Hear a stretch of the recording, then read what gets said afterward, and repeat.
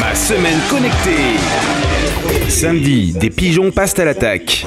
Ils sont auto-entrepreneurs, petits patrons de start-up. Ils ont créé une page Facebook We Are Jampi en mode Anonymous. Ils crient leur face à la politique anti-entrepreneuriale du gouvernement. Cela fait des mois qu'on entendait ces victimes se plaindre, alors je rejoins ces 650 pigeons en likant leur e-combat. Cette semaine, j'ai aussi interviewé le président de la République. Waouh! Monsieur Hollande, elles sont bien les Citroën? Ouais, hein? Bon, question conne, réponse conne. Dimanche. You got Obama phone? Yes, everybody in Cleveland, low minority got Obama phone. Quoi?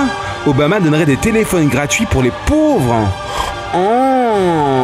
Une légende urbaine amplifiée par cette vidéo qui a fait scandale aux US. L'Obamaphone, un concept un peu trop social là-bas.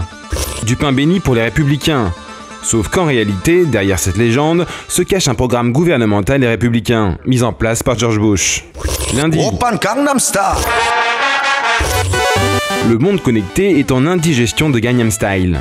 Même Justin Bieber n'en peut plus et se transforme en Justin Gerber. Il lâche une grosse galette en plein concert. Les mauvaises langues diront que ça fait longtemps qu'il chante de la gerbe, mais faut croire qu'il y en a qui aiment ça.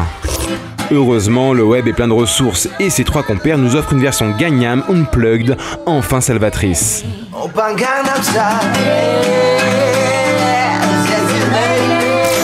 Mardi, tandis que les rangs des e-pigeons grossissent, un autre e-phénomène s'attaque lui à la télé. Le célébrissime site Videmerde.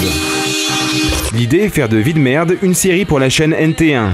Avec Pascal Légitimus aux commandes, ça sent l'humour ringard à papa. Lui, c'est Wally, le vigneron du 21e siècle. Ce robot français ne fait pas encore les vendanges, mais avec sa mémoire importante, son GPS, ses 6 caméras et ses capteurs, il peut se déplacer jour et nuit sur n'importe quel pied de vigne d'une parcelle. Il taille 600 pieds par jour et coûte 25 000 €. Waouh!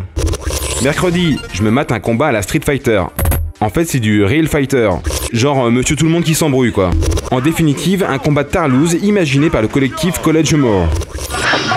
Dans le genre violent, j'enchaîne avec cette archive du web qui ressort aujourd'hui. La plus belle scène de crime du cinéma.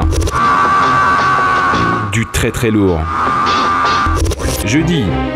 Ils sont désormais 40 000 pigeons et font trembler la République.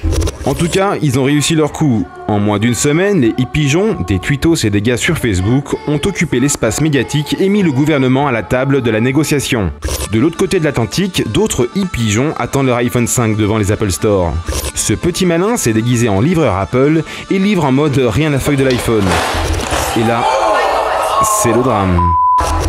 Vendredi. Après les stylos, après les rasoirs, Bic se lance dans la tablette tactile pour enfants. J'avais déjà fait tester l'iPad à ma fille, le côté jeu ça marche, pour le côté éducatif j'avais des réserves.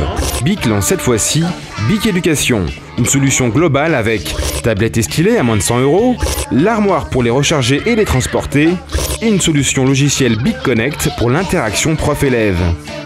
Bien pensé. Il faut dire que Bic s'intéresse depuis longtemps à l'éducation de nos enfants. Le cerveau a des capacités tellement étonnantes qu'aujourd'hui, pratiquement tout le monde en a un.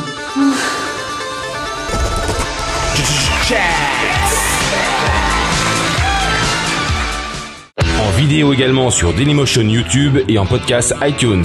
Retrouvez-nous sur Facebook /CNET France et sur Twitter @CNET France.